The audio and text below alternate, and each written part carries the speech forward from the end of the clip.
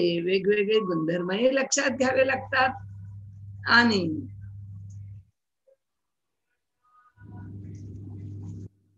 त्या सगळ्याचा विचार आपण करीत असताना आपल्या लक्षात येतं की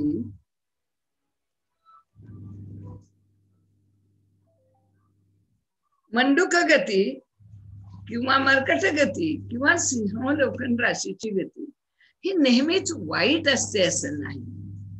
कित्येकदा ती वाईट फल देते, परंतु ती केव्हा चांगली फल देते याचंही विवेचन आपण काल बघितलं.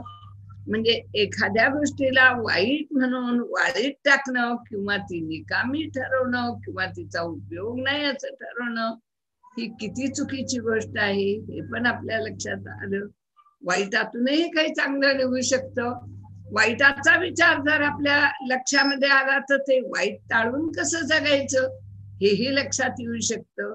समजा तुम्हाला कुणी रस्त्याने जाताना मार्गक्रमण करीत असताना तुम्ही एखाद्या प्रवासात आहात आणि तुम्हाला कुणी जर सांगितलं की बा समोरच्या रस्त्यावर मोठा ऍक्सिडेंट झालेला आहे, ट्रॅफिक खूप आहे, त्यामुळे तुम्ही इकडून गेलात तर तुम्ही ट्रॅफिक मध्ये अडकाल, तुम्हाला दिवसभर इतका ट्रॅफिक आहे की तुम्हाला पुढे रस्ता नाही मिळणार, तर तुम्ही हा रस्ता बदलून पुढे जा. तर अशा प्रकारची सूचना जर तुम्हाला मिळाली तर तुम्ही साहजिकच तुमचा रस्ता बदलून घ्याल. एका गावाला जायचे जसे अनेक रस्ते असतात तसे फलितापर्यंत पोहोचण्याचेही अनेक रस्ते आहेत, अनेक पद्धती आहेत. आणि कालनिर्णयाच्या सुद्धा अनेक पद्धती आहेत. वर्षफल पद्धती आहे, कृष्णमूर्ती पद्धती आहे, प्रश्न पद्धती आहे. आणि या सगळ्या पद्धती आपापल्या ठिकाणी संशोधनात्मक वृत्तीनं ज्ञानी लोकांनी श्रेष्ठ अशा बुद्धी चातुर्यानं निर्माण केलेल्या आहेत. त्यामुळे प्रत्येक पद्धतीचं आगळं वेगळं वैशिष्ट्य आहे, स्थान आहे, दर्जा आहे. आणि त्यामुळे कुठल्याही पद्धतीला आपण तरतम लावू शकत नाही. नक्षत्र पद्धती असो किंवा सूक्ष्मांशाची पद्धती असो किंवा हे जे आपण षोडश वर्ग कुंडल्या काढतो आहोत त्या अंशात्मकच काढतो आहोत आपण. त्या आपल्या लग्नबिंदूचे छोटे छोटे छोटे छोटे अंश घेऊन आपण जेव्हा ती कुंडली मांडतो तेव्हा आपल्याला सूक्ष्मतर फलितामध्ये शिरायचं असतं. आणि म्हणूनच आपण त्या वर्ग कुंडल्या मांडतो आहोत. तेव्हा ही गोष्ट इथं कालचक्र दशेमध्ये प्रामुख्याने तुमच्या लक्षात आणून दिलेली आहे. किती मोठी नवलाची गोष्ट आहे बघा. 3°20 कला फक्त तुमच्या जवळ आहेत, एक चरण म्हणजे. आणि त्या 3°20 कलामध्ये 9 राशीची महादशा येते आहे. आणि तेही प्रत्येकाला वर्ष वाटून दिलेले आहेत. आणि एकूण महादशा त्या एका चरणाची कधी 100 आहे, कधी 85 आहे, कधी 83 आहे, कधी 86 आहे. एका चरणाची महादशा ही इतकी मोठी आहे. आणि एका चरणाची म्हणजे 3°20 कलाची महादशा म्हणजे ही एका राशीची महादशा म्हणून गौरवली गेलेली आहे. लक्षात घ्या तुम्ही, एका राशीमध्ये 9 चरण येतात आणि त्या 9 चरणाचा विचार आपण आपल्या महादशेसाठी करतो. विंशोत्तरी दशेमध्ये एका राशीमध्ये आलेले जे 9 चरण आहेत त्यापैकी एक नक्षत्र आपण 4 चरणाचं घेतो किंवा 2 राशीमध्ये येणार ते नक्षत्र पण 4 चरणाचं नक्षत्र आपण घेतो. आणि नक्षत्रानुसार विंशोत्तरी महादशेत आपण शिरतो, विचार करतो. म्हणजे नक्षत्राचा विचार हा अटळ आहे, तो करतोच. तर तसं या नक्षत्राच्या पेक्षाही आणखी काही सूक्ष्मतर आहे आणि त्याचा विचार इथं केलेला आहे. आकाशामध्ये जसा एक सूर्य आपल्या डोळ्याने दिसतो, तो भ्रमण करीत असतो, तसे आणखीही या सूर्याच्या पेक्षाही दूर दूर दूर दूर दूर अंतरावर आकाशामध्ये सूर्य आहेत आणि तेही आकाशात भ्रमण करतात. फक्त एवढंच आहे की दुर्बिणीच्या माध्यमातून का होईना आपण आपल्या चक्षुला दिसणारे हेच आहेत फक्त ग्रह तारे, म्हणून आपण त्यांनाच आकाशगंगा म्हणतो. पण त्याही पलीकडे अशा कितीतरी आकाशगंगा या आकाशाच्या पोकळीमध्ये फिरत आहेत. त्याचा तज्ञ लोक शोध लावित आहेत. नासामध्ये त्याचे वेगवेगळे सेक्शन आहेत आणि त्याचा शोध लावित आहेत. म्हणजे माणसाने कधी विचार केला नसेल, पण तो आता चंद्रावर जमीन खरेदी करू लागलेला आहे, मंगळापर्यंत पोहोचलेला आहे. म्हणजे थोडक्यात हे सांगायचं की जसा आपण पृथ्वीवरचा जन्म म्हणतो की या ठिकाणी जन्म झाला, उदाहरणार्थ दिल्लीला झाला, दिनांक 31/12/2020 या दिवशी सकाळी 5:30 दिल्ली येथे जन्म झाला. यावरून आपण पत्रिका काढतो. त्याप्रमाणे कालांतराने कदाचित असं म्हणावं लागेल की दिनांक 31/12/2021 येथे अमक्या अमक्या शहरामध्ये चंद्रावर जन्म झाला, असंही होऊ शकतं. इतकं प्रगत हे सगळं जर विज्ञान आहे तर त्यानुसार हे भविष्य देखील तसं प्रगत जात आहे. आणि त्यामुळे जितकं आपण सूक्ष्म जाऊ तेवढं आपलं फलित हे काटेकोर होणार आहे. आणि म्हणूनच आपण काल ह्या अंशात्मक असलेल्या दशांचा देखील विचार केलेला आहे. जे कालचक्रदशीचे अंश आहेत ते अंश फलाचा देखील विचार केलेला आहे. म्हणजे 3 अंश 20 कला, याच्यामध्ये आणखी येणारे छोटे छोटे अंश आणि वेगवेगळ्या राशीचे येणारे अंश, त्याचा विचार आपण काल पूर्ण केलेला आहे. आज आपण देह जीव राशी गत असलेल्या ग्रहांचं फल बघणार आहोत. पान नंबर 455 वर माझं वाचन सुरू आहे. देह जीव राशीगत ग्रहफल.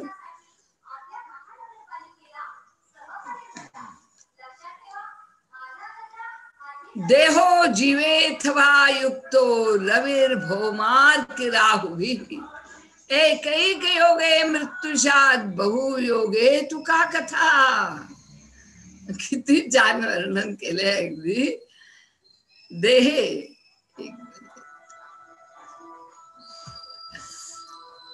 देहे जीवोथवा युक्तो रविर्भौमार्की राहुभिः एकैक योगे मृत्युशात बहुयोगे तुका कथा. जर देह राशी आणि जीवराशी यांच्यामध्ये रवी, मंगळ, शनी आणि राहू यांच्यापैकी एक जरी त्या राशीमध्ये असतील, एकाने जरी ती राशी युक्त असतील, तर या राशीच्या दशामध्ये अल्पायु मृत्यू होतोच होतो. आणि जर हे चारही ग्रह जर त्या राशीत एकदमच असतील तर मग बहुयोगे तुका कथा. जर हे चारही त्यात असतील तर मग काय होईल त्या जातकाची परिस्थिती, विचार करू नका. अल्पायु योगाच्या कुंडल्या आपण पाहिलेल्या आहेत, दीर्घायु योगाच्या पाहतो, मध्यायु योगाच्या पाहतो, परंतु त्याच्यामध्ये ह्या अशा एकदम अचानक येणाऱ्या संकटाने ग्रस्त होऊन मृत्यू येणाऱ्या कुंडल्या ह्या बघत असताना आपल्या लक्षात यायला हवं की देह आणि जीव या राशीमध्ये एक जरी पापग्रह असला तरी मृत्यू येतो. देहो जीवेथवा युक्तो रविर्भौमार्क राहुभिः एकैक योगे मृत्यू. यापैकी एक जण जरी तिच्यामध्ये असेल तर मृत्यू हा असंभव नाही, मृत्यू हा अटळ आहे. आणि असा असूनही बहुशात मृत्युशात बहुयोगे तुका कथा. जर सगळीच जर पापग्रह तिथं असतील किंवा 2-3 पापग्रह तिथं असतील देह आणि जीव राशीमध्ये, तर बहुयोगे तुका कथा. खूप जर ग्रह असतील तर काय होईल त्या जातकाचं हे वर्णनही करवत नाही. क्रूरैर्युक्ते तनो जीवम जीवे युक्ते महद्भयम् आधिरोगो भवेत् द्वाभ्याम अपमृत्युर्स्त्रीभिर्भवेत्. क्रूरयुक्ते तनो रोगम. क्रूर ग्रह त्या राशीमध्ये असेल कोणत्या? जीव आणि देह आणि जीव राशीमध्ये.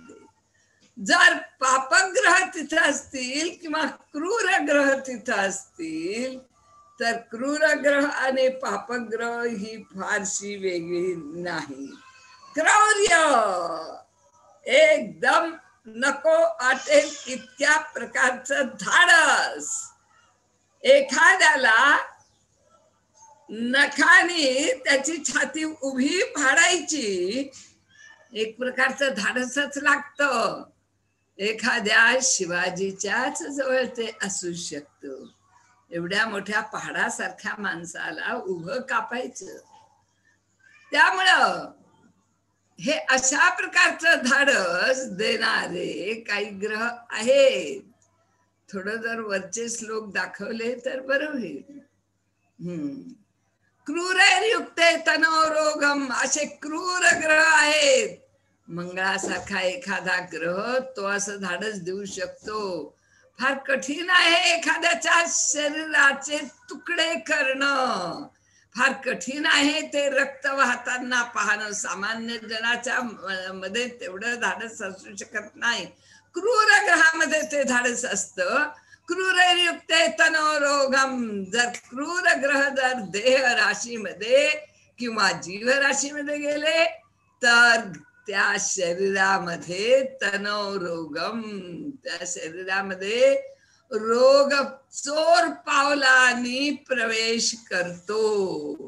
कधी झाला हे कळत नाही पण तो प्रवेश करतो आणि एकदा प्रवेश केला की मग आपला हुकमी अक्का दाखवून तिथं आपलं साम्राज्य स्थापन करतो.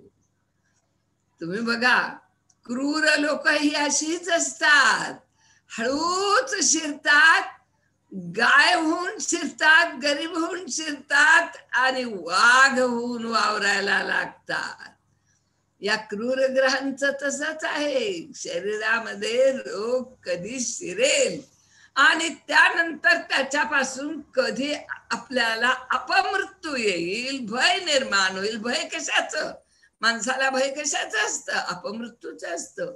माणसाला भय कशाचं असतं? रोगग्रस्त जीवन जगण्याचं असतं, दुःखाचं असतं, वेदनेचं असतं. कारण नसताना आपली बौद्धिक क्षमता चांगली असूनही शरीराने साथ दिली नाही तर माणूस काही करू शकत नाही.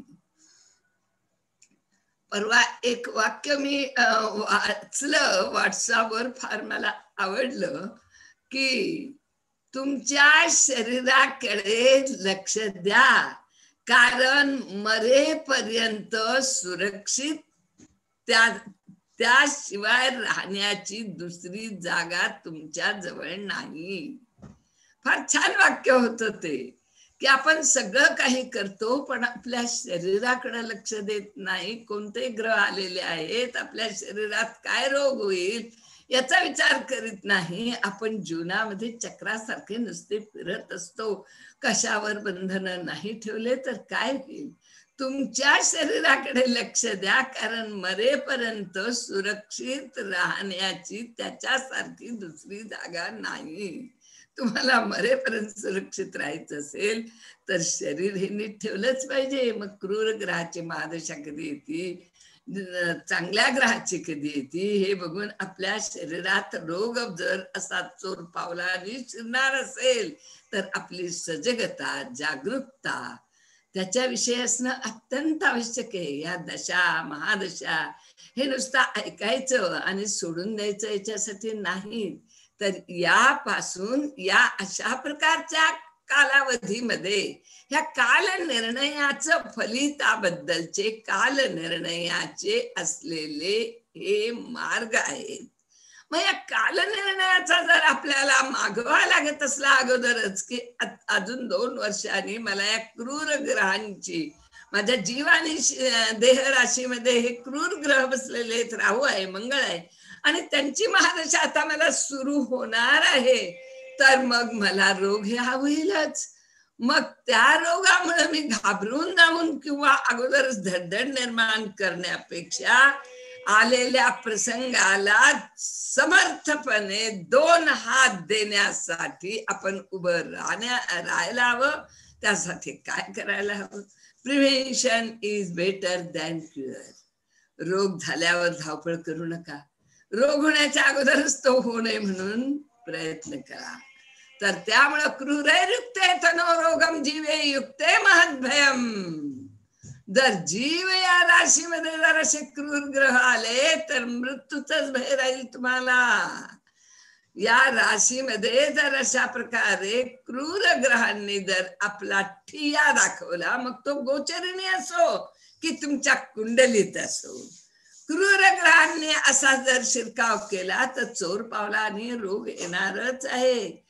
आणि मग अल्पायू मृत्यू होऊ शकते, मध्यायू मृत्यू होऊ शकते. म्हणजे मरण हे अटळ आहे, परंतु ते कसं असावं? मरण हे येणारच आहे प्रत्येकाला, परंतु तृप्ततेने आलेलं मरण हे मरणाचं, मृत्यूचं स्वागत सुद्धा करायला माणूस तयार असतो.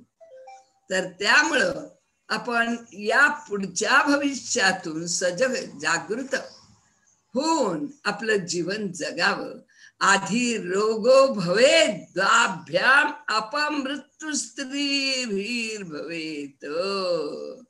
काय होतं? या 4 ग्रहांपैकी कुठलाही ग्रह जर या जीव किंवा देह राशीमध्ये येऊन बसला तर त्यावेळेला निश्चितच तुम्हाला मृत्यू येणार, हे नक्की आहे. मग मृत्यूला टाळण्यासाठी मृत्यूचीच आराधना करावी लागती. महामृत्युंजय, महाकाल, त्याचीच आराधना करावी लागती.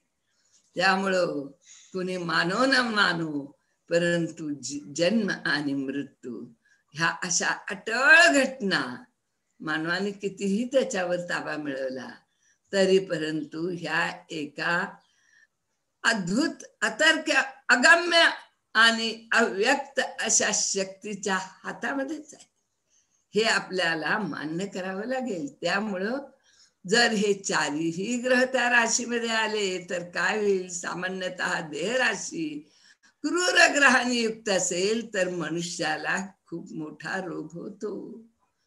आणि पूर्वी कॅन्सर झाला की मृत्यूचं आपल्याला परवाना मिळाला, आपल्याला विजा मिळाला मृत्यूच्या गावाला जाण्याचा. आता जीव राशीमध्ये पापग्रह आले तर महान भय उत्पन्न होतं, आणि भय मृत्यूपेक्षा वेगळं दुसरं मोठं असं कुठलंच नसतं.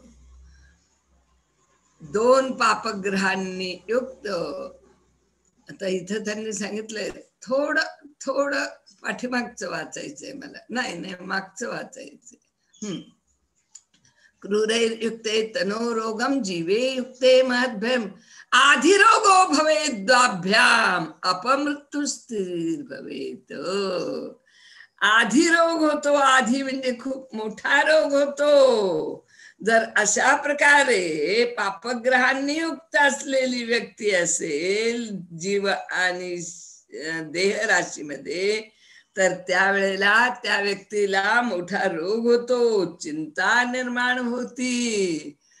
चतुर्भीर स्मृतिमापन्नो देहे जीवे शुभैर्युते युगपद देह जीवो च क्रूर ग्रह युतो तदा.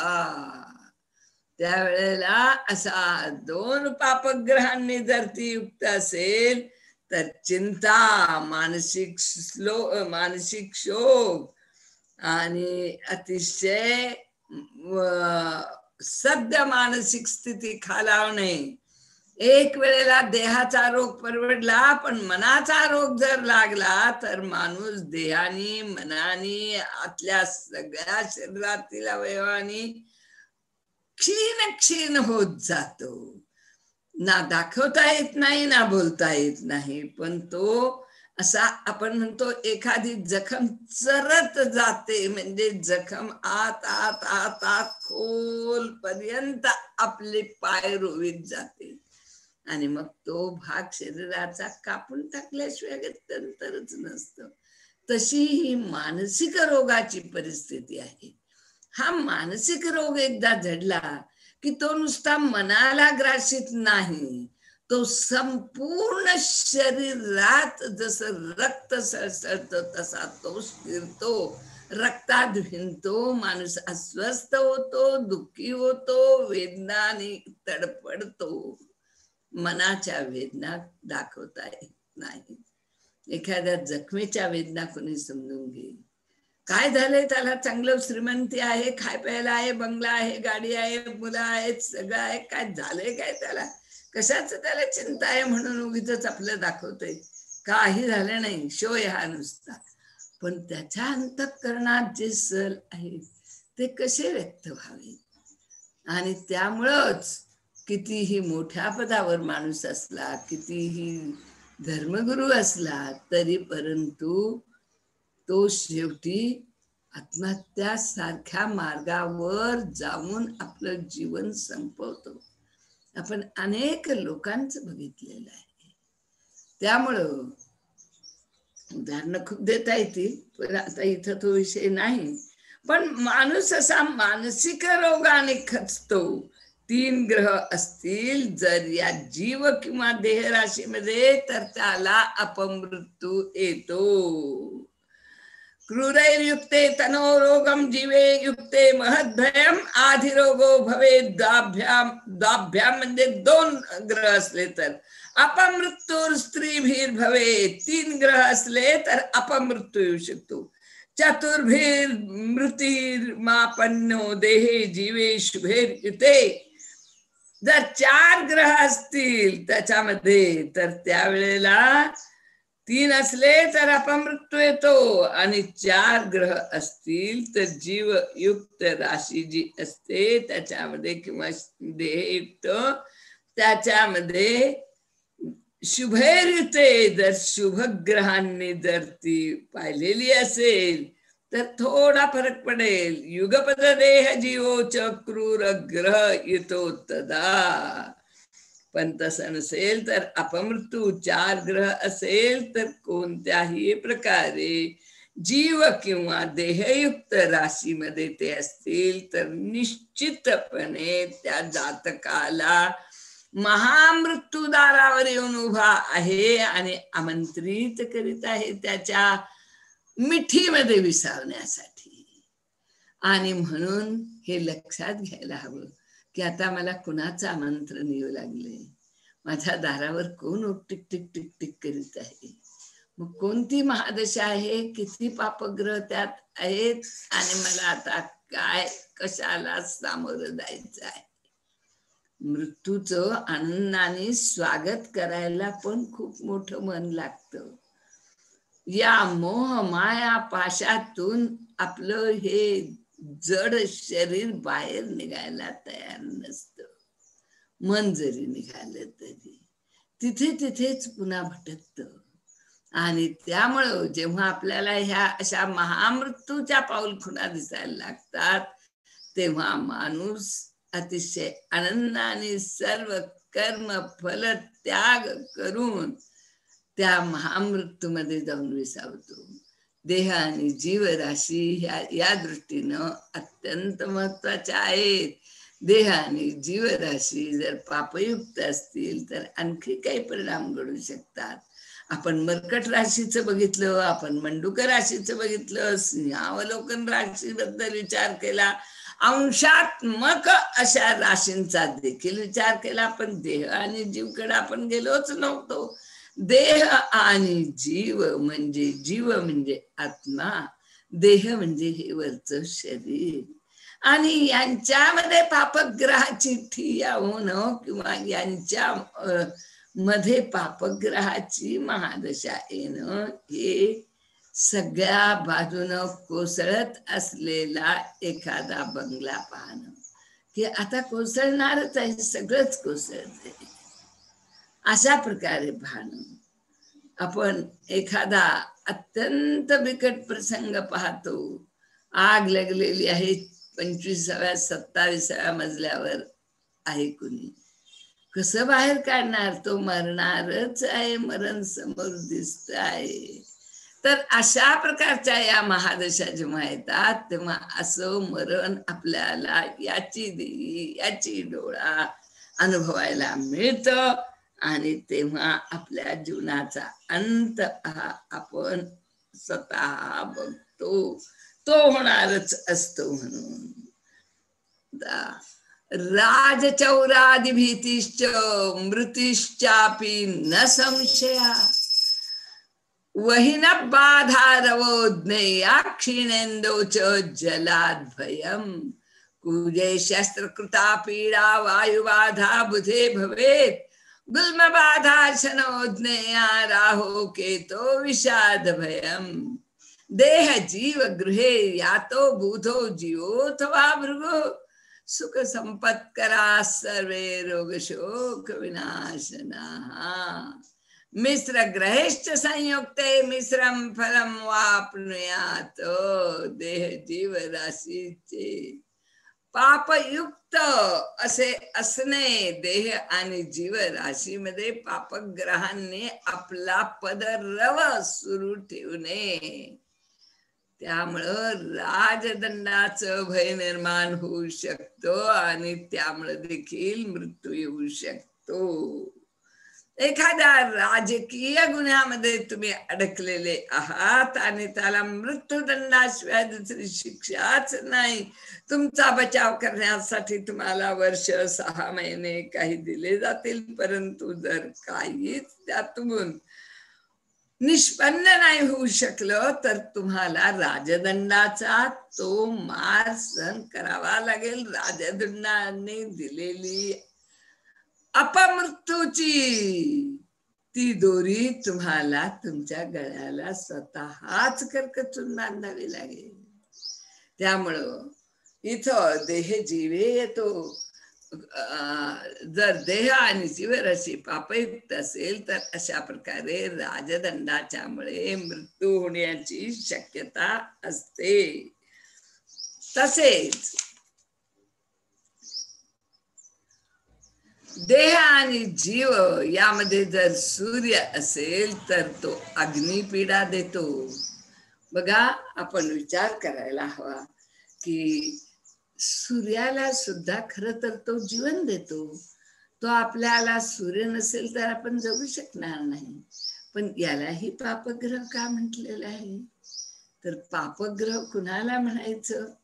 पापग्रह त्याला म्हणायचं. अगोदर पापग्रहाची व्याख्या काय? तर पापग्रह म्हणजे हा असा की जेव्हा त्याच्या जवळ धगधगते निखारे आहेत, कडक उष्णता आहे, मंगळाचा संताप, शनीचा थंडपणा, राहूच्या जवळचं पेट्रोल आणि रवीच्या जवळची जीवनदायी असली तरी कधी कधी असह्य होणारी उष्णता, उष्माघातानं लोक मरतात.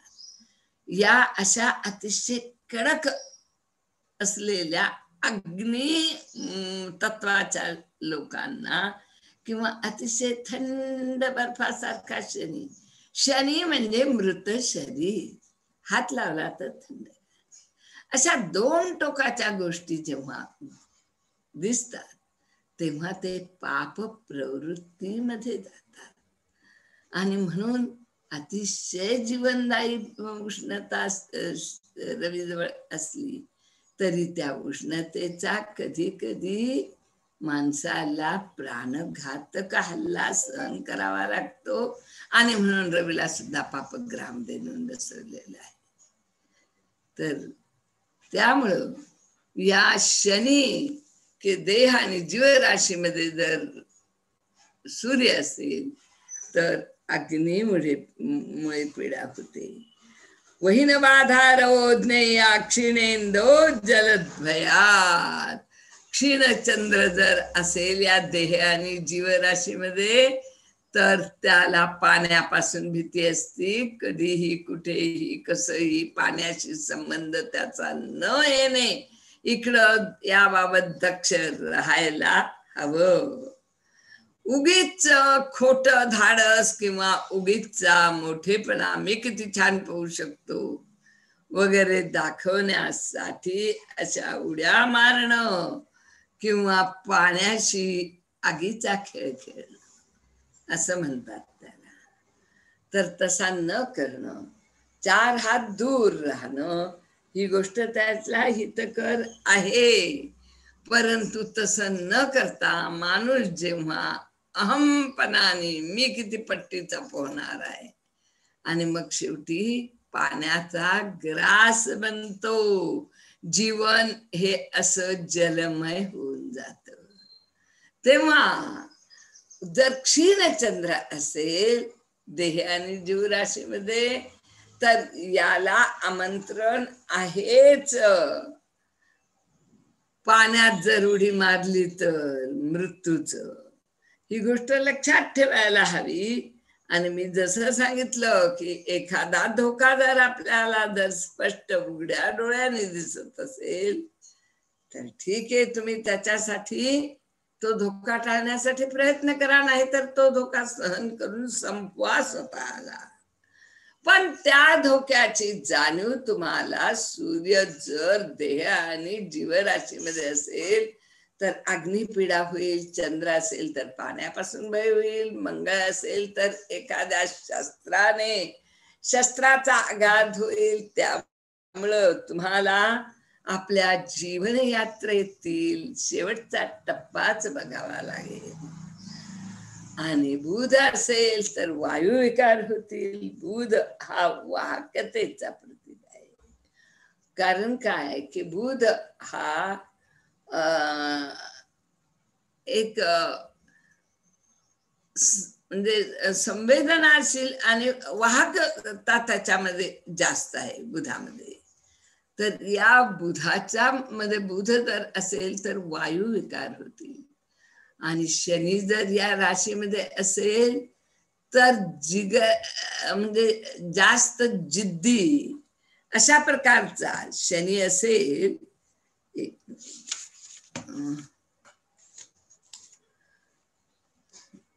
शनी असेल तर तो अत्यंत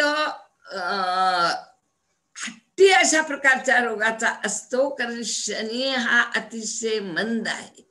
मंद पावलाने एखादा रोग तुमच्या शरीरात प्रवेश करतो आणि तो जातात जात नाही. शनीचे विकारी असे आहेत. अंकुचित अंकुचित अंकुचित तुमच्या हृदयाची नस तो करीत जातो. साचून साचून अवरोध करणे हे शनीचं काम आहे. मग तो मैला साठून साठून त्या नसामध्ये अवरोध तो निर्माण करतो आणि मग तो निघणं शक्य नाही. मग तेवढा भाग कापूनच टाकावा लागतो, दूरच करावा लागतो. तर अशा प्रकारच्या हळूहळू परंतु अतिशय शनीचं कसं आहे, अतिशय हळू पावलाने परंतु जिद्दीने पक्के पाय रोवणे अशा प्रकारचं काम आहे शनीचं. त्यामुळे असे रोग शनीकडून होतात. राहू आणि केतू जर तिथं असेल तर शरीरामध्ये अनेक विकार होतात. विषाचं संक्रमण होतं. कुठल्याही प्रकारच्या अशा विषबाधेला त्याला बळी पडावं लागतं. संक्रमण होणे, दुसरीकडून आपल्याकडे येणे किंवा आपल्याकडून दुसरीकडे जाणे. संक्रमण बघा, संक्रमण कसं आहे, एकीकडून दुसरीकडे जाणे. आता दक्षिणायन संपून उत्तरायणामध्ये संक्रमण होणार आहे. म्हणजे एक आयन विभाग संपला आणि आता दुसऱ्या आयन विभागात सूर्य प्रवेश करणार आहे. तसं हे संक्रमण निरोगी शरीरामध्ये विषाने पसरविलेल्या आपल्या स्वतःच्या प्रादुर्भावाला म्हणणार हे संक्रमण. देह आणि जीवराशीमध्ये शुभ बुध, गुरु, शुक्र हे जर असतील तर सगळ्या प्रकारच्या सुखांचा वर्षाव तिथे तुमच्यावर होईल. पापग्रहांची पाप प्रवृत्ती बघून आपण फलितात येणारी काटेरी वाट लक्षात घेतली, फलितात येणाऱ्या खाचखळग्यातून आपल्या मृत्यूच्या दऱ्याही बघितल्या. पण याच जर देह आणि जीवराशीमध्ये जर शुभग्रहांची जर पायरव झाला, शुभग्रह जर तिथं येऊन बसले, शुभग्रहांना जर त्या देह आणि जीवराशीमध्ये साम्राज्याभिषेक झाला, तर काही बदल घडणार नाही का? निश्चित घडेल.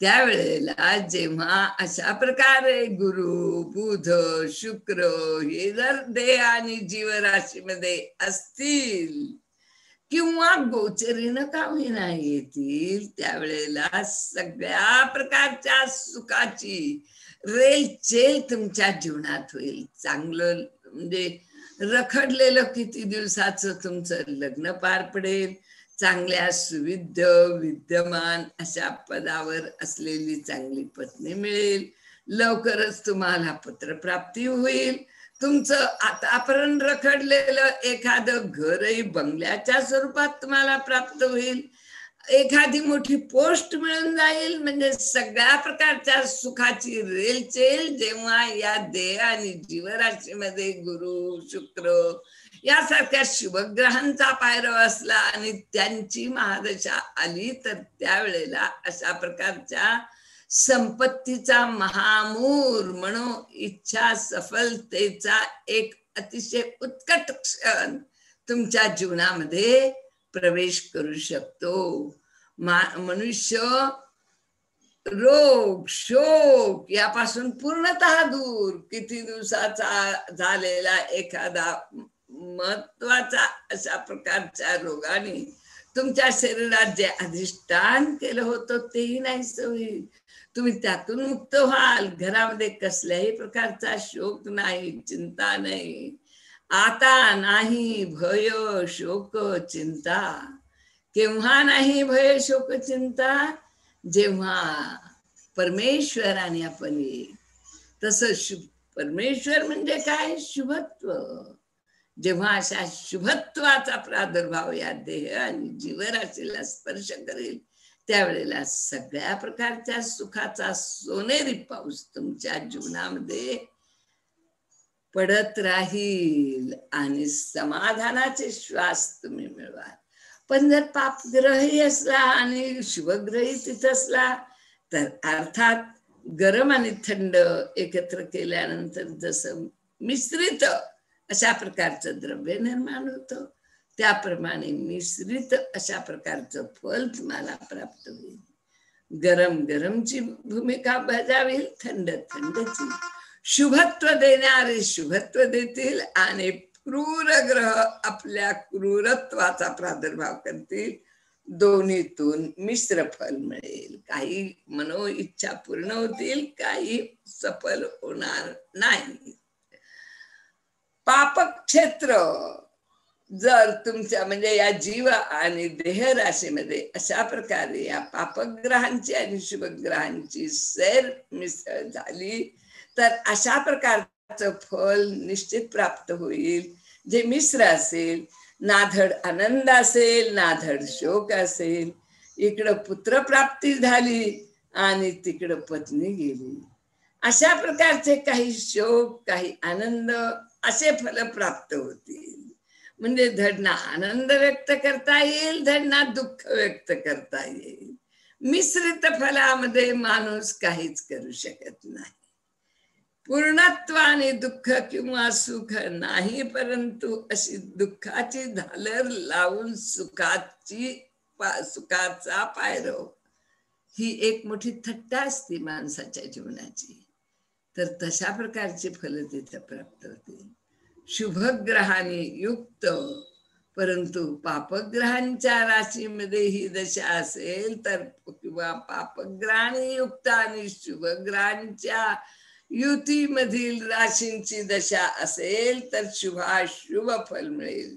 शुभयुक्ता शुभ क्षेत्र दशा मिश्र फला स्मृता क्रूर युक्त शुभ क्षेत्र दशा मिश्र फला तदा पाप क्षेत्र दशा काले देह जीवो तो दुखितो शुभ क्षेत्र दशा काले शुभम भवति निश्चितम शुभयुक्ता शुभ क्षेत्र दशा मिश्र फला स्मृता क्रूर युक्त शुभ क्षेत्र दशा मिश्र फला तथा पापग्रहाच्या राशीमध्ये जर या माणसाला पापग्रहाची राशी असेल आणि त्याची जर दशा असेल तर त्यावेळेला त्या माणसाला शारीरिक कष्ट निर्माण होतील, मन दुःखी होईल.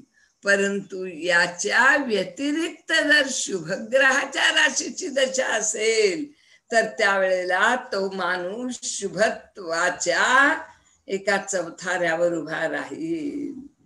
आनंदाने क्षितिजातून येणाऱ्या सोनेरी सुखाचं तो स्वागत करी. मागचं सगळं विसरून जाऊन पुढे येणारा तो चैतन्यमय सूर्योदय पाहून त्या तेजात तो सुस्नात होईल. केव्हा? जेव्हा अशा प्रकारे शुभग्रह जर असतील आणि अशुभ ग्रह असतील तर विशेषतः शुभग्रहाचं आणि अशुभग्रहाचं हे असं मिश्रित फल प्राप्त होईल. आता आपण बघितलं की देह आणि जीव राशीमध्ये जर अशुभ ग्रह असले तर काय होईल, अशुभ आणि शुभत्वाची सरमिसळ झाली तर तिथं तेव्हा काय होईल. आणि त्याचप्रमाणे आपण जर हे पापग्रह जे आहेत ते या जर राशीमध्ये प्रवेश करतील तर त्यावेळेला तिथंही तुम्हाला शुभाशुभत्वाचा तराजू कशा रीतीनं आपण तोलायचा, कशा रीतीनं आपण त्याची दांडी धरायची हे ठरवावं लागेल. काय चांगलं काय वाईट. आणि शुभग्रहाने युक्त परंतु पापग्रहाच्या सहित येणारे काही जे क्षण असतात ते अशा प्रकारच्या मिश्रित फलाने तुमची ओंजळ भरतात.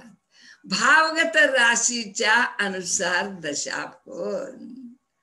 आता आपण शुभ आणि पापग्रह बघितले. त्या या प्रत्येक राशीमध्ये येणाऱ्या प्रत्येक ग्रहाला काय फलित देता येईल याचाही विचार केला. आणि एवढं सगळं झाल्यानंतर हे आता मुख्य उरतं ते म्हणजे भावगत फल. एक गोष्ट महत्वाची आहे फलिताचा विचार करत असताना एक लक्षात ठेवा, भावगत फल ही 100% वेगळी आहेत राशीगत फलापासून. दिवसभरामध्ये 12 राशी क्रमाने उदय पावतात आणि अस्ते पावतात.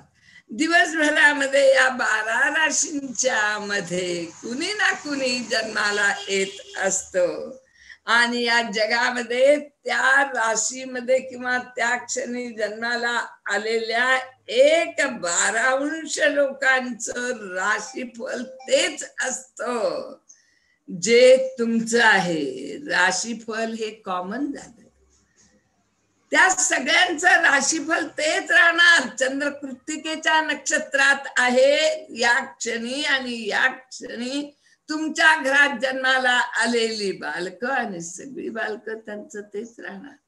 परंतु भावगत फल ही बदलतात आणि भावगत फलामुळं प्रारब्ध तयार होतो. त्यामुळं कुणी दुःखी कुणी सुखी एकाच वेळेला जन्माला येऊ नये.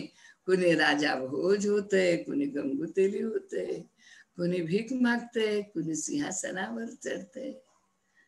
तर ही प्रकृती फलिताची अशी बदलती प्रवृत्ती जी आहे ती वेगवेगळ्या व्यक्तिगत असलेल्या फलिताची प्रवृत्ती भावगत फलामुळे मिळते. तुमचा कोणत्या भावामध्ये आलेला आहे चंद्र कृत्तिकेचाच आहे, वृषभेचाच आहे, उच्चीचाच आहे.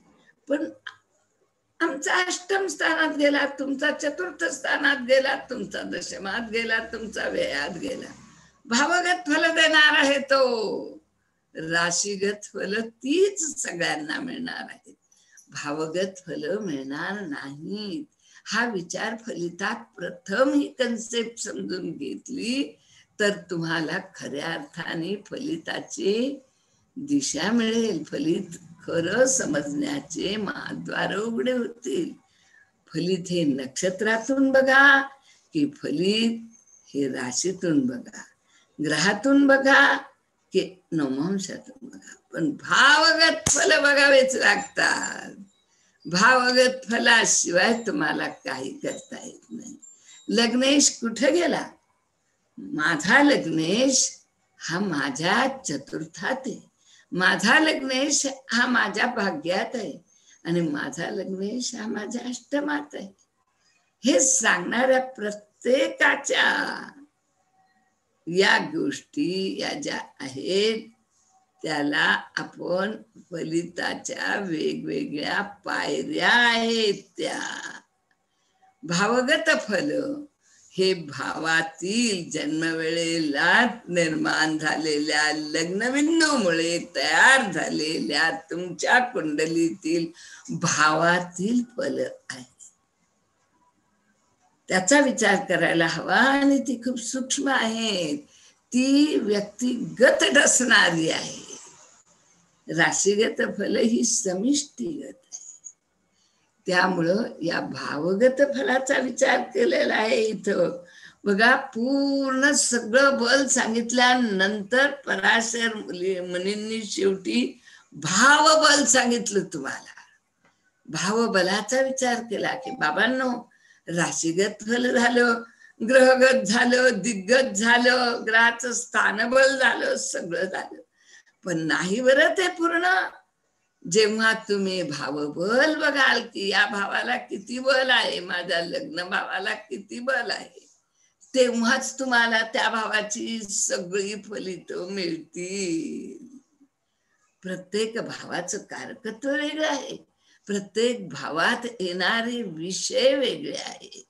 एकाच भावाला द्वितीय स्थानाला तुम्ही मार्केश बाधकेश, मार्केश तिथं शोधता, आणि तिथंच तुम्ही धनेश म्हणूनही त्याचा गौरव करता, कुटुंबेश म्हणूनही त्याला डोक्यावर घेता. एकाच भावाला तुम्ही किती नावं देता, किती बघता त्याच्याकडून. मग ही भावगत फल कोणती, कशी, केव्हा मिळणार, ही तुम्हाला त्या भावाच्या बलावर अवलंबून आहे. त्या भावात काही भलच नसेल तर तुम्हाला त्या भावाची फल मिळणार कशी? राशी पुष्कळ चांगली आहे, पण भाव दुर्बल झालेला आहे, भाव पापकर्तनीत आलेला आहे, भाव पापमध्यात आलेला आहे, भाव पापग्रस्त झालेला आहे, भाव पापग्रहाच्या दृष्टीत आलेला आहे, भाव कामातून गेला. त्यामुळं या भावगत बलाचा विचार त्यांनी शेवटी केलाच केला. आणि बघा इथं भावगत राशीनुसार अनुसार इथं फल, ही भावगत फलाचा विचार ते करीत आहेत. अत्यंत सूक्ष्म आणि चहुअंगाने केलेला फलिताचा विचार म्हणजे व्रत पाराशर ऋषींनी लिहिलेला ग्रंथ व्रत पाराशर हा. तर जन्मलग्नामध्ये कुठं चाललंय आपलं, पापक्षेत्र दशा काले देही जीवित दुःखितो, शुभक्षेत्र भावगत राशीच्या अनुसार फलप्राप्ती. जनानां जन्मकाले तु यो राशिस्तनु भावगः तस्य चक्रदशा काले देहारोग्यं सुखं महत्, शुभे पूर्ण सुखं पापे देहे रोगादि संभवा, सोच्चादिगत खेटाढ्ये राज्यमान धनाप्तया. जनानां जन्मकाले तु राशीस्तनु भावगा, माणसाच्या जन्माच्या वेळेला जी राशी त्याच्या लग्न भावामध्ये ते ज्या राशीची दशा असेल त्यानुसार माणसाला शरीर सुख, मन स्वास्थ्य, संपत्ती, आरोग्य, निरोगता, निर्वैरता हे प्राप्त होते. माणसाला जीवनात काय हवं असतं? छोट्या छोट्या गोष्टी. एक कुणी शत्रू नको, एक समाधानाने आनंदाने जगता यावं त्यासाठी चांगले जीवाला जीव देणारे मित्र हवेत, आणि आपल्या कुटुंबाच्या सुखाचा, घरात कोणी दुःखी नको, सुखाचा एक श्वास आपल्याला घेता यावा. छोट्या गोष्टी लागत असतात पण त्याच महान होतात. इथं जेव्हा राशी एखादी विचित्र येते तेव्हा त्या भावगत फलामध्ये कुठंतरी कमतरता निर्माण होते. वृश्चिक लग्न बघा तुम्ही, वृश्चिक लग्न काय आहे? वृश्चिक ही बिळातली राशी आहे आणि निसर्गतः गुप्त अशा अष्टम स्थानाची ती राशी आहे. सगळं काही गुप्त तिथं. आणि मग त्यावेळेला या वृश्चिक लग्नात जन्माला येणारी माणसं लवकर नाही गडागडा बोलत, गुप्त असतं. त्यांच्या मनामध्ये एक विचार असतात, वागतात काय ते कळत नाही, आणि जेव्हा कृतीतून व्यक्त होतं तेव्हा समजतं हे असं करणार होते किंवा हे असं करणार आहे.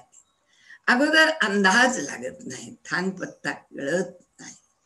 त्यात वृश्चिक राशी ज्येष्ठा नक्षत्र हे त्यातले त्यात आणखी मोठं नक्षत्र आहे. ज्येष्ठा फार मोठं व्यक्तिमत्व या लोकांचं, ते राशीगत असो की लग्नगत असो.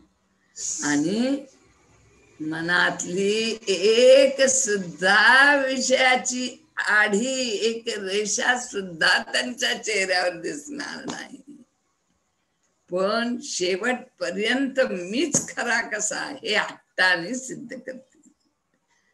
हट्टी मंगळ येतो, त्यामुळं मीच, माझंच म्हणणं कसं बरोबर हे सिद्ध करते. तर त्यामुळं इथं जी आहे ती ही अशा प्रकारे जन्मलग्नाच्या वेळेला जी राशी असेल त्यानुसार त्या माणसाचं शरीर असतं, त्याची संपत्ती असती, त्याची निरोगीतता असते, त्याला सगळ्या प्रकारच्या कामामध्ये मिळणार चैतन्य त्या राशीनुसार असतं. तडकपणा व्यक्तिमत्वामध्ये, आत्ता करून टाकेल ही सगळी कामं. मेष राशी, धनु राशी, अग्नितत्वाच्या राशी बघा, सिंह राशी, आळस नाही, पण होईल, जाईल, उठेल, करेल, आज नाही उद्या करेल, 8 दिवसांनी होईल. शनीच्या राशी विलंब, चाणाक्ष आहे, बुद्धिमत्ता आहे, परंतु विलंब आहे. व्यक्तिमत्व असं हे दाखवणाऱ्या लग्न राशी आहे, ते व्यक्तिमत्व असं राहणार. शुक्राची राशी वेगळं व्यक्तिमत्व, बुधाच्या राशी वेगळं व्यक्तिमत्व, अत्यंत मधा गोड बोलणार. मिथुन राशीची माणसं तुम्हाला अगदी आपलंस करणार, गोड बोलून. बुध येतो, वाक्चातुर्य त्याच्याजवळ. मेष राशीची माणसं एक घाव 2 तुकडे, तुमच्या मनाचा विचार करण्याची त्यांना गरज नाही, तर का पडते म्हणणार, नालायक, अक्कल नाही तुला. म्हणजे ही जी भावगत फल आहेत ती भावगत, तो भाव कोणत्या राशीचा आहे? पुन्हा तो भाव प्रथम भाव आहे, मग लग्ने देहस्थ विज्ञान, मग लग्नावरती काय परिणाम करणार. इथं ही फल, ही भावगत फल आहे. जन्म लग्नाच्या राशीची दशा जी असेल त्यानुसार माणसाचं शरीर, आकृती, प्रकृती, मन स्वास्थ्य, शरीर रचना, या सगळ्या गोष्टी तशा असतात. त्यांची काम करण्याची पद्धती, तडप, त्यांची पैसा कमवण्याची पद्धती, निरोगी राहण्याची क्षमता, ही सगळी तशी तुम्हाला त्या भावगत फलानुसार दिसून येईल.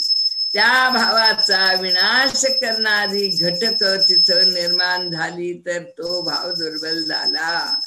नेहमी किडकिडी, नेहमी काहीतरी त्याचं भुनभुन चालूच असतं, दवाखाना दवाखाना दवाखाना.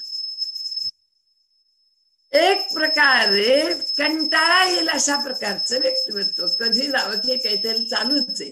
आज डोकं दुखतंय, परवा पडसा आले, तेरवा खोकला येतोय, मग काही ना काही काही ना काही काही ना काही ऐकणारा कंटाळतो. पण चैतन्य आहे, चला काय करायचं मी तयार आहे.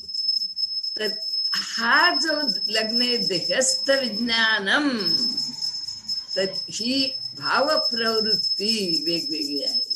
म्हणून पराशर मुनींनी म्हटलेलं आहे, भाव प्रवृत्ती ही फल प्रवृत्ती कथितो मनींद्र. भावाची जी फळ देण्याची प्रवृत्ती आहे तीच खरी फल प्रवृत्ती आहे. लक्षात ठेवा. एखादी राशी ज्या भावामध्ये जाते किंवा एखादा ग्रह ज्या भावामध्ये जातो त्या भावाच्या कारकत्वाला धरून तो फल देतो. त्या भावाच्या कारकत्वाचा उत्कर्ष की अपकर्ष करायचा हे त्या भावबलानुसार तो ठरवतो. तर त्यामुळं जन्म राशीची दशा असेल तर माणसाला शरीर सुख, चैतन्य, आनंद, निरोगिता, पैसे, लक्ष्मी प्राप्ती, अध्यात्म प्रगती सगळी प्राप्त होते. पण जर हीच राशी किंवा हाच भाव शुभग्रहाने युक्त असेल तर संपूर्ण शुभ फल त्याच्या ओंजळीत पडतं. पण हाच भाव जर पापग्रहांनी युक्त असेल तर रोगाची संभावना असते, दुःखाचं साम्राज्य असतं, मनस्वास्थ्य कुठंतरी आकाशात उडून गेलेलं असतं, मन सैरभैर झालेलं असतं आणि जगण्यातला आनंदच कुणीतरी शोषून घेतलाय असं व्यक्तिमत्व बनतं. काय जगण्यातच अर्थ नाही. काही माणसं म्हणतात अकालीच ती म्हातारी झालेली असतात. कुठं जायचं म्हणलं की नको, काही करायचं म्हणलं की नको, अकाली म्हातारी झालेली असतात. कारण भाव बल नाही, भावाला चैतन्य नाही, भावामध्ये तारुण्य नाही. त्यामुळे हे असं होतं. पापग्रहांच्या छिद्रान्वित वृत्तीमुळं त्या भावाची अशी चाळणी झालेली आहे आणि मग काय साठवणार त्या भावाला. त्यामुळं भाव प्रवृत्ती बघावी लागते. परंतु जर शुभ राशीत ग्रह जर त्या भावामध्ये असले तर संपूर्ण शुभ फल प्राप्त होतं. पण जर शुभ आणि अशुभ दोन्ही असले तर शुभ आणि पाप दोघांनी एकाच वेळेला प्रवेश केलेला असला तर, किंवा एखादा शुभ ग्रह तिथं मस्तपैकी बसलेला आहे पण सध्या गोचरीनं त्याच्यावरून पापग्रहाचं साम्राज्य फिरत आहे, तर त्यावेळेला मिश्रित फळ, दुःख, दारिद्र्य, परंतु यश, कीर्ती, मग काही आनंदाचे वाळवी सरी पावसाच्या तर काही दुःखाच्या, असं मिश्रित फल त्याला प्राप्त होतं. राज्य पुरस्कार मिळालेला आहे, मोठा आनंदाचा क्षण आहे, पण शरीर दुर्बल आहे, एखाद्या रोगाने व्याधीग्रस्त, जाऊ शकत नाही पुरस्कार घ्यायला. किती मोठी दुःखाची गोष्ट. म्हणजे या भावाची बलाची ताकद बघितल्याशिवाय काही उपयोग नाही. तर अशा प्रकारे शुभ आणि अशुभ मिश्रित फलाची प्राप्ती देखील इथं होऊ शकते, जेव्हा पाप आणि शुभ हातात हात घालून त्या भावातून दिमाखाने मिरवत असतील तेव्हा. दोन्ही एकत्र, शनी पण आणि गुरु पण, एक शुभत्वाचा पराकोटीचा कळस आणि एक अशुभत्वाच्या मार्गावरचा महामेरू. भले अध्यात्म दोघांचं एकच असेल पण त्यातही वेगवेगळी छटा आहे. सच्चित आनंद गुरुमध्ये बसलेला आहे आणि पाहिल तिथे करील हानी, शनी जवळ आहे. तू येतोस का, ये माझ्याकडे, करतो तुझी हानी. आणि गुरुच तसं नाही. तुम्ही पाप प्रवृत्तीचे आहात, तुम्ही दारुडे आहात, तुम्ही रस्त्यावर दारू पिऊन लोळत आहात, पण तुमचा उद्धार करण्याचा मार्ग तो तुम्हाला ज्ञान मार्ग दाखवतो. सच्चिदानंद तुमच्या जीवनात प्रकाश देतो. आणि अशी माणसं सुद्धा संन्यास योग घेऊन मोठ्या व्यासपीठाचे अधिकारी झालेले आहेत.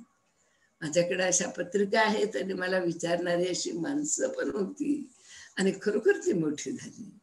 तर म्हणजे हे कोण बदल करू शकतं? गुरुच करू शकतो, शनी नाही. शनी म्हणाल दारू पितो का, चला दोघं जण करू माझ्या. तर पाप आणि शुभ एकत्र आल्यानंतर काय घडेल याचा विचार तारतम्याने करून त्या भावाची फलित आपण आपल्या ओंजळीत घ्यायला हवीत किंवा दुसऱ्याला द्यायला हवी. तर अशा प्रकारे भावाच्या फलिताचा विचार करत असताना भावात ज्या राशी येतील, जे ग्रह येतील, त्यांचा विचार हा करावाच लागणार आहे. तुमच्या घरामध्ये किती प्रवृत्तीची माणसं आहेत, वेगवेगळ्या प्रवृत्तीची आहेत. तुमच्या हाताची 5 बोटं पण सारखी नाहीत. तुमची पोटची सगळीच मुलं एका प्रवृत्तीची नाहीत. तुमच्या घरात येणारी नवीन मुलगी लग्न करून पदार्पण करणारी ही तुमच्याच विचाराची असेल असं नाही. तसं राशीचा आणि ग्रहांचा आहे. भाव पुष्कळ चांगला आहे, लग्न भाव आहे, पण राशी कोणती आलेली आहे, ग्रह कोण तिथं स्थित झालेला आहे. मिथुन राशी आहे, बुध मिथुनेतच आहे, पण त्याच्याबरोबर राहू येऊन बसलेला आहे. मग काय करणार तो? बुध म्हणजे बुद्धी, राहू काय देणार त्याला? बुद्धी बुद्धी. स्वतःच व्यक्तिमत्व दुसऱ्यावर पटकन लादणं हे या ग्रहांना चांगलं जमतं. कारण त्यांना वरदान मिळालं, यद्यत भावगते वापी यद्यत भावेश संयुक्तो तत्तत् फला आणि प्रबलो प्रदेशितां तमो. त्याला आपलंसं करून घेणं आणि त्याच्या फलिताचा मीच स्वीकार करतो, मीच देईल तुझे फलित, असं म्हणून त्याच्यावर आरूढ होणं हे राहूचं कामच आहे. मग तो काय देईल त्याच्या हातात जर दिला तो न्यायाचा तराजू, तर त्याचा विचार तुम्ही करून उत्तर द्यायचं आहे. तर अशा प्रकारे जे ग्रह किंवा ज्या राशी तिथे असतील त्यानुसार जनानां जन्मकाले तु यो राशीस्तदानुभवा भावगा तस्य चक्रदशा काले देहारोग्यम सुखम महत. शुभे पूर्ण सुखम पापे देहे रोगादि संभवा. शुभे पूर्ण सुखम, शुभग्रह असतील तर पूर्ण सुख मिळेल. पापे देहे रोगादि संभवा, पापग्रह जर असतील त्या लग्न भावामध्ये किंवा कुठल्या भावामध्ये तर रोगादि संभवा म्हटलेलं आहे. पुन्हा फलित हे तारतम्याचं शास्त्र आहे, निश्चित नाही. कुणी प्रत्यक्ष परमेश्वर सुद्धा आयुर्दायात म्हटलंय पराशर मुनींनी, प्रत्यक्ष परमेश्वरही सांगू शकत नाही. म्हणजे कुणी सांगू शकत नाही, जे आहे ते परमेश्वराच अधीन आहे. परमेश्वर सांगू शकतो पण तो आला पाहिजे ना इथं. त्यामुळं इथं त्यांनी सांगितलंय संभवा रोगादि संभवा, पाप देहे रोगादि संभवा. रोग जर पापग्रह असतील तर होऊ शकतो, परंतु तरी देखील त्याने आरोग्याची काळजी घेतली तर निश्चितच तो त्यापासून कित्येक योजने दूर राहू शकतो. किंवा थोडासा मधुमेह झाला तरी परंतु तो त्यातून स्वतःला सावरून घेऊ शकतो. सोच्यादी गत खेटाढे राज्य मान धन प्राप्तया. सोच्च म्हणजे स्वतःच तिथं जर उच्चगत ग्रह असतील, पंचमहापुरुष योगातील ग्रह असतील, जर वर्गोत्तम ग्रह असतील, जर आदिजातकादी संज्ञेतील उच्चगत अशा प्रकारची संज्ञा प्राप्त झालेली ग्रह असतील, म्हणजे अनेक वर्ग कुंडल्या त्याच राशीत त्याच स्थानात आहेत अशा कुंडल्या माझ्याकडे आणि असतात आपण पाहतो, तर त्यावेळेला काय होईल? राज्य मान धन प्राप्त प्राप्त होईल. त्याला राज्य मिळेल. राज्य म्हणजे मोठा सन्मान मिळेल. एखाद्या वेळेला शक्यता आहे की तो सामान्य असू नाही, एखाद्या राज्याचा मुख्य अधिष्ठाता बनेल, एखाद्या राज्याचा बनेल, एखाद्या देशाचा बनेल, कदाचित जगावर उपमत गाजवेल आणि त्यावेळेला राज्य मान मिळेल, सन्मान मिळेल, प्रतिष्ठा मिळेल. माणसाला पैसा कमी असला तरी चालेल, परंतु प्रतिष्ठा, मान, सन्मान, आदर, प्रेम याचा प्रत्येक माणूस भुकेला असतो. पैसा तर कित्येक लोकांना मिळतो. पैसा तर अगदी सामान्य भीक मागणारा भिकारी पण प्रचंड पैसा मिळवून ठेवतो, त्याच्याजवळ असतो खूप पैसा. पण मान आणि नंतर मग धन. धन कोणतं आहे? मानाचं धन आहे. धन कोणतं आहे? प्रतिष्ठेचं आहे, सन्मानाचं आहे, आदराचं आहे, कौतुकाचं आहे, तुमच्यातील सत्प्रवृत्तीचं आहे. आणि ते मिळावं ही अपेक्षा नसती. कर्मण्येवाधिकार असते मा फलेषु कदाचन. मिळेल मिळेल, नाही मिळेल, त्या धनाला कोणी साठवून नाही ठेवू शकत. त्या धनाच्या साठी कोणाला वेगळी मेहनत नाही करावी लागत. नित्य कृत्य करीत करीतच या धनाचा संचय होत असतो. स्वतः अगोदर उदारस्य तृणम वित्तम. उदार माणसाला पैसा हे तृणाप्रमाणे असतं. आज आहे उद्या नाही, सगळं नश्वरच आहे. उदारस्य तृणम वित्तम. पण त्याला काय पाहिजे असतं? स्वतःचं नाव, प्रतिष्ठा, स्वतःच्या नावाला काळीमा लागेल अशा प्रकारचं वर्तन नाही करायला पाहिजे, असं त्याला त्याची सत्प्रवृत्ती सांगत असते.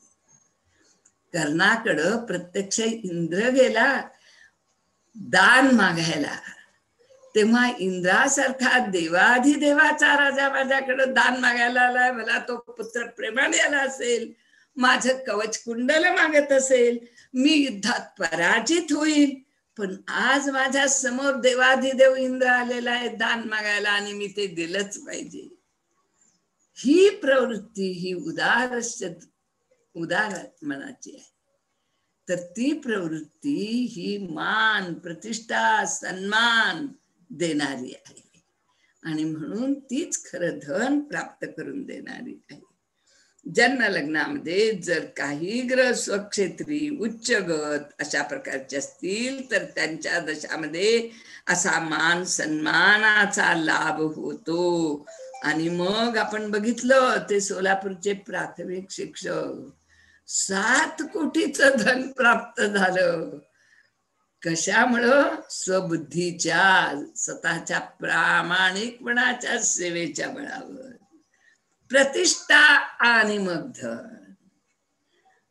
विष्णू आणि लक्ष्मी एकत्रच जिथे तिथे सुखाला कमी नाही.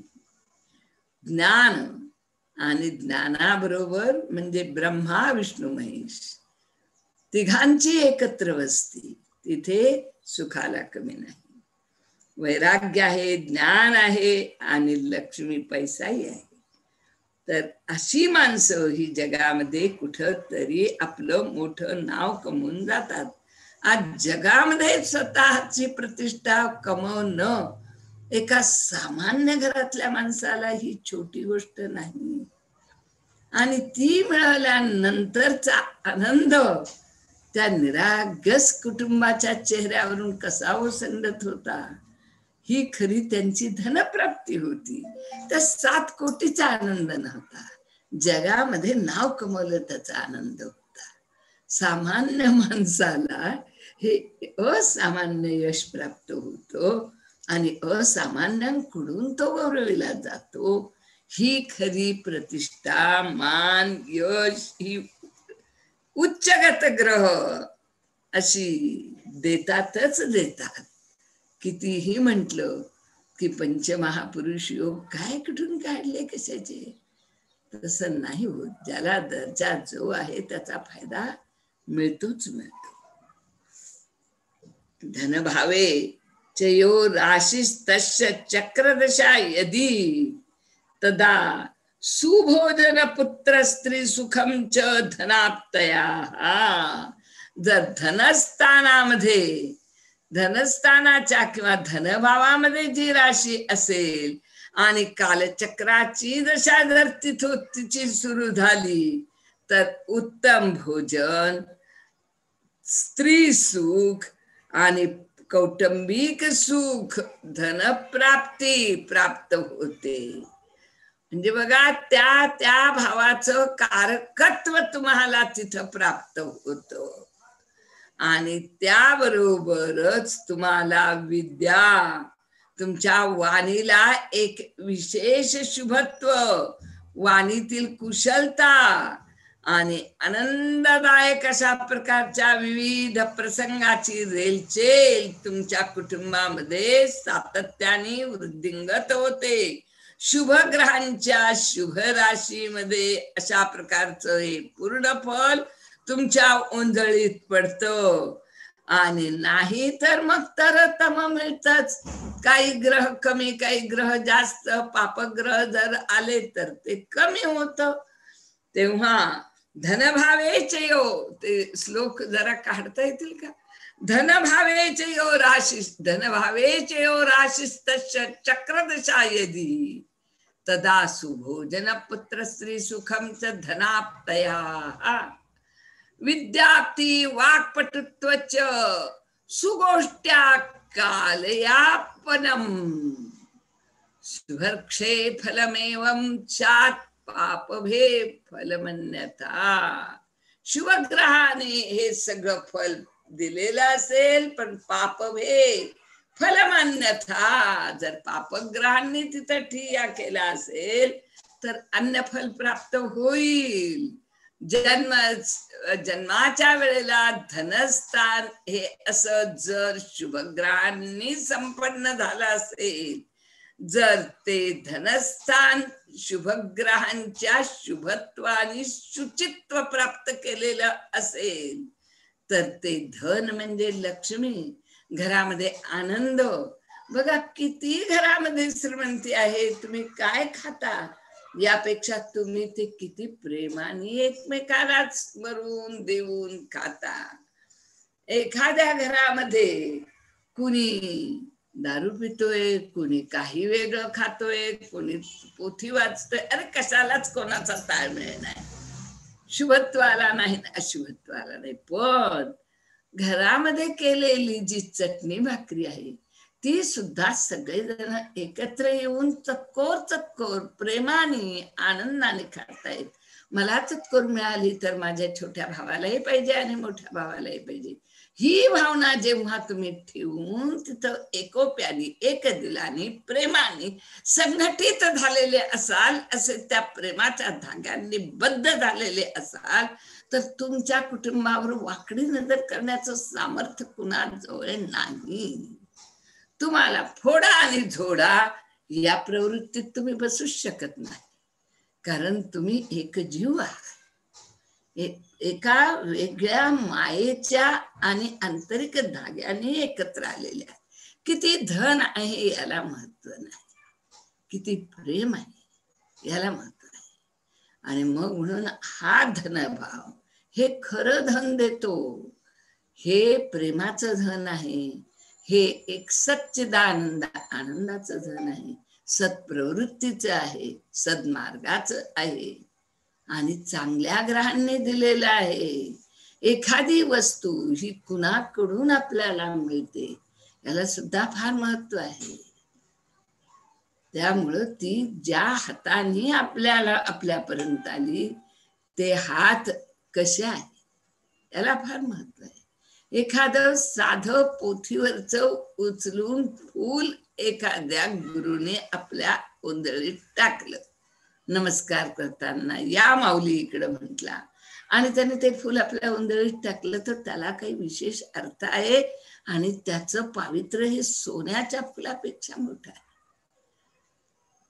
पण एखाद्या माणसाने कुप्रवृत्तीनं एखादं सोन्याचं फुल जरी दिलं तरी ते माती समान आहे. अत्यंत मातीपेक्षाही निकृष्ट. माती तरी सोनं पिकवी, ते अगदी गटार गंगेसारखं आहे. ही ओळखण्याची ताकद ग्रह देतात, राशी देतात, नक्षत्र देतात. ती दृष्टी आली पाहिजे. धन भावात जे कोणी येतील ते ती आपल्याला दृष्टी देतील. उत्तमातलं उत्तम फल या कालचक्र रेषेमध्ये जर धनस्थानामध्ये अशा प्रकारची ग्रह असतील किंवा गोचरीनं येतील तर ते ती फल दिल्याशिवाय राहणार नाही. याच्या बरोबरच आपल्या वाणीमध्ये अत्यंत गोडवा, कुशलतेने एखादी गोष्ट आपल्या मनासारखी करून घेणे, हे असं आपण केलं तर बरं होईल का, अशा प्रकारचा विचार मांडल्यानंतर समोरचा त्याचा विचार करतो आणि मग म्हणतो हो बरोबर आहे, आपण असं केलं पाहिजे. पण जर असं म्हटलं की नाही, मला माझं म्हणणं असं आहे की असं झालं पाहिजे, हे तुमचं संपूर्ण चुकीचं आहे, माझं बरोबर आहे, मी म्हणते तसंच झालं पाहिजे. अरे तू कोण, तुझंच काय ऐकायचं नेहमी. घरातला लहान मुलगा सुद्धा म्हणतो आई हे तुझं डॉमिनेशन बरोबर नाही, प्रत्येक वेळेला तुझंच का, आमचं पण चाललं पाहिजे. पण अतिशय प्रेमाने कुशलतेने आपल्या वाणीमध्ये माधुर्याचा रस ओतप्रत भरून आपण जर इतरांना जिंकू शकलो तर ते आपले ग्रह आहेत जे आपल्याला हे बोलायला लावतात, त्या स्थानातले आणि त्या महादशेमधले. वाणीमध्ये कुशलता प्राप्त होते, आनंददायक प्रसंग कुटुंबामध्ये घडतात, मनामध्ये स्वस्थता येते, शांतता येते, समाधान येतं आणि हे पूर्ण फल मिळतं जेव्हा इथं असे उच्चीचे समृद्ध ग्रह असतील तेव्हा.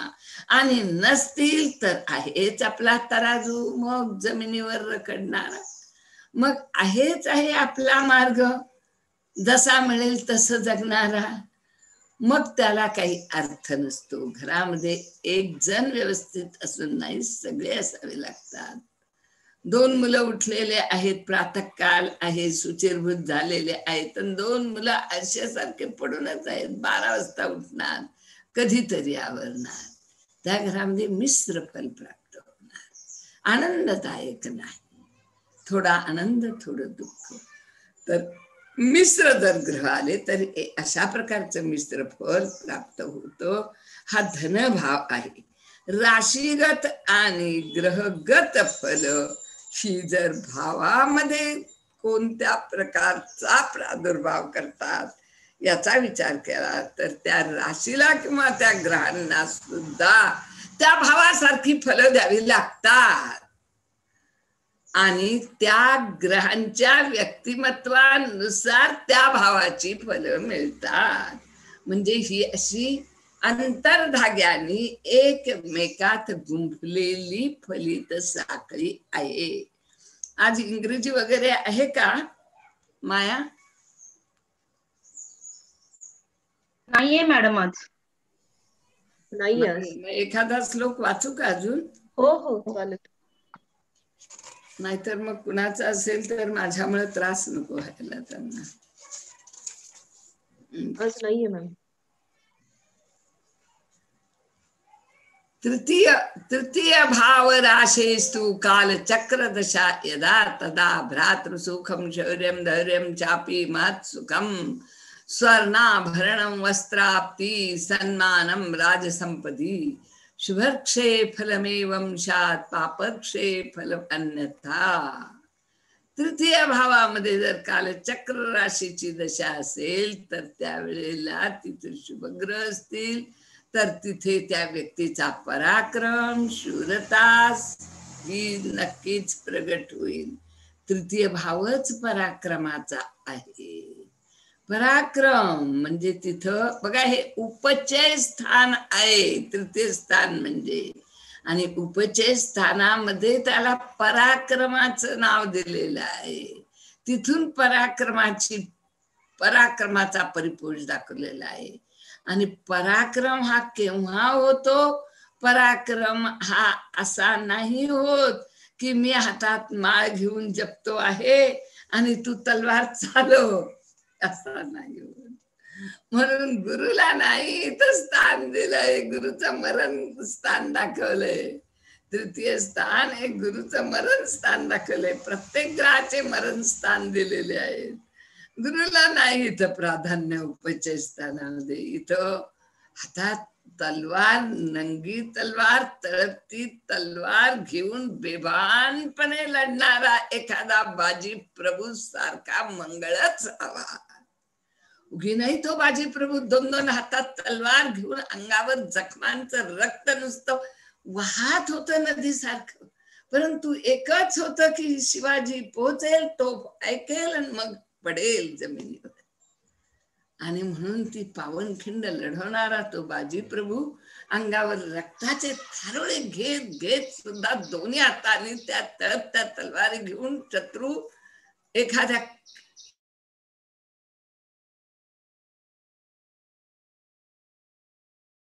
शरीर हे मेलेलंच होतं, पण भावना जिवंत होती तीव्र मनातली.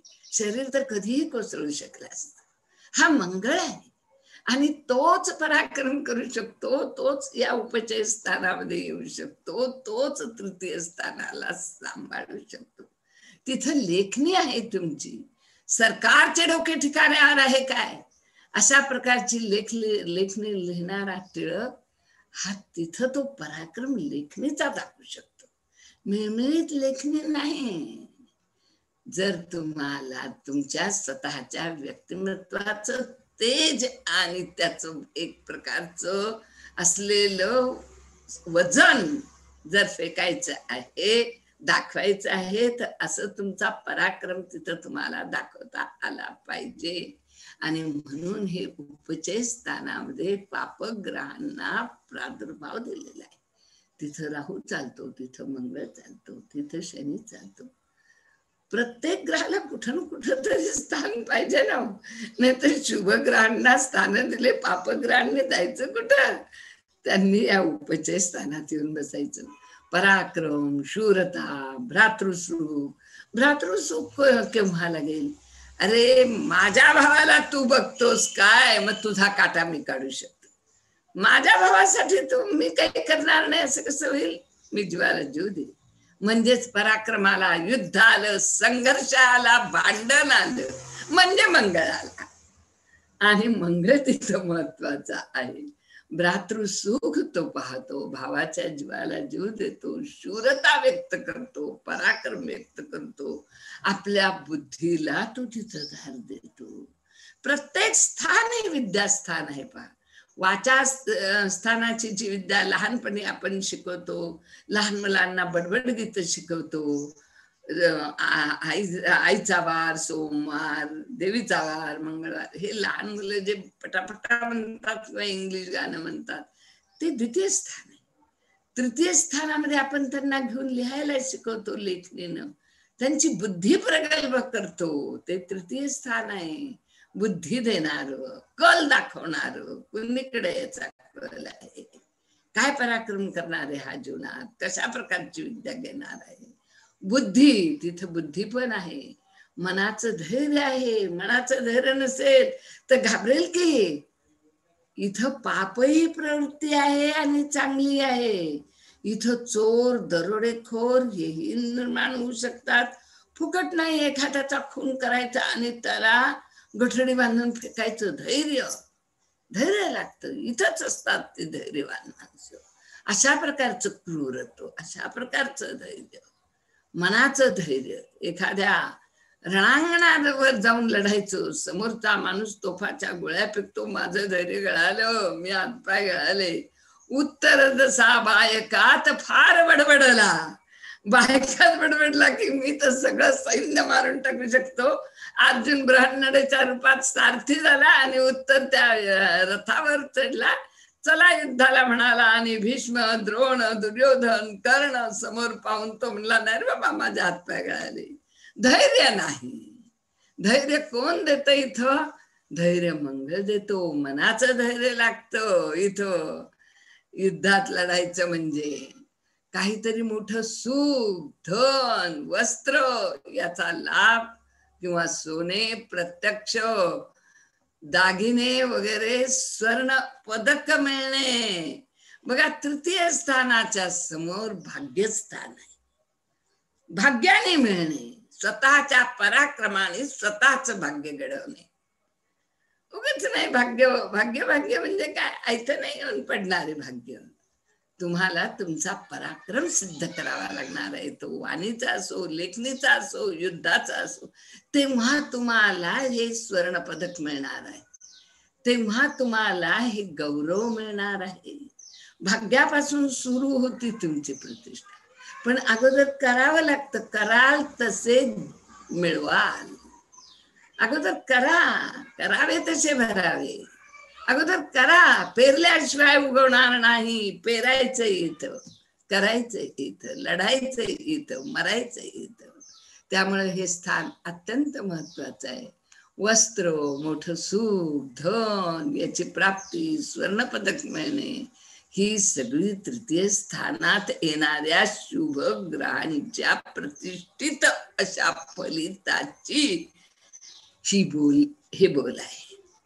इथे येणारी राशी, इथे येणारे ग्रह आणि त्यांचा पराक्रम. इथे एखादी जर मकर राशी येत असेल आणि तिथं जर तो मंगळ असेल आणि तो जर वर्गकुंडल्यामध्ये वर्गोत्तम होत जात असेल, मकरेचा मंगळ, मकरेचा मंगळ, मकरेचा मंगळ, तर तो तुम्हाला काय देणार नाही. किती धाडस, किती मोठा पराक्रम.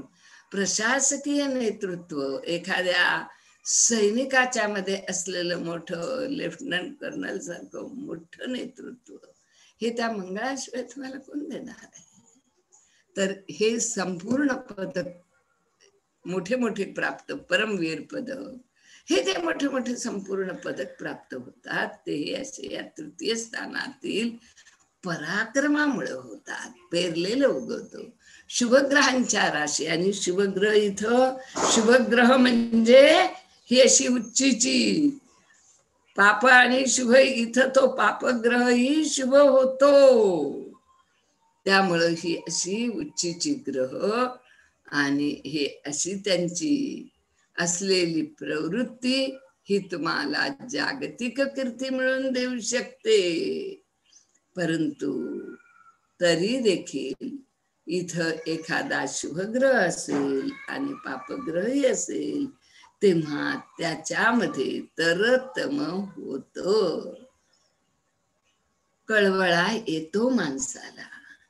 हे तृतीय स्थान आहे. एकेका स्थानावर आणि एकेका भावावर बोलायला पुष्कळ वेळ बोलता येतं, परंतु आपल्याला इथं या व्रत पाराशरीचं वाचन आहे म्हणून आपण तेवढ्यापुरतंच बोलत आहोत. हा तृतीय भाव वाचून मी आजचं माझं बृहत पाराशरी ग्रंथाचं वाचन इथं आजच्या पुरतं पूर्ण करते. तुम्ही सर्वांनी ते ऐकलं, धन्यवाद. पावले सरांनी आपल्याला ही उपलब्धी प्राप्त करून दिली, त्यांचे धन्यवाद. पुढील सूत्र संयोजकाच्या. धन्यवाद मॅडम. तुम्हाला काही प्रश्न असतील विचारा. हो, प्रश्न काल पण तुमचे राहिले, मला जरा गडबड होती काल. आज प्रश्न विचारू शकता, तुम्हाला विचारायचे असतील. कुणाला काही शंका असतील, विचारायचं असेल तर विचारू शकता. माया, तुझे नक्षत्र कधी येणार आहेत आता पुन्हा पुढचे? कालच बोलले पावले सरांसोबत, तर आपण मंगळवारी करूयात असं ठरलंय. दर मंगळवारी एक चालेल. चालेल ना? हो, म्हणजे तुमच्या लेक्चर नंतर, परवा जसं झालं तसं. मंगळवारी मी थोडं कमी घेईल आणि तुला वेळ मिळेल असं. मला 20 ते 25 मिनिटं पास होतं. अर्धा तास. अर्धा तास. कारण इंग्रजी आणि मराठी दोन्ही पण सांगायचं, म्हणजे सर्वांनाच त्याचा फायदा. हो मॅडम. छान आहे, छान, चांगलं. आणि आता कशा क्रमाने जायचं ते तू ठरव, अपसव्य की सव्य. नाही, मी सव्यच करेन, कारण मग ते असं म्हणतात ना, आत्म्याचा प्रवास आपण अश्विनी ते रेवती कसा झाला तसा बघत जाऊ, ते जास्त बरं पडेल. चालेल, चालेल, छान. ओके, मंगळवारी होत जाईल. हो मॅम. मात्र मंगळवारी करायचं म्हणजे करायचं. हो हो, नक्की नक्की करणार. काही प्रश्न नाहीयेत मला वाटतं. दिसत तर नाहीये काही जागा. चला ठीक आहे, आनंद आहे. एकतर समजलं तर प्रश्न नाही.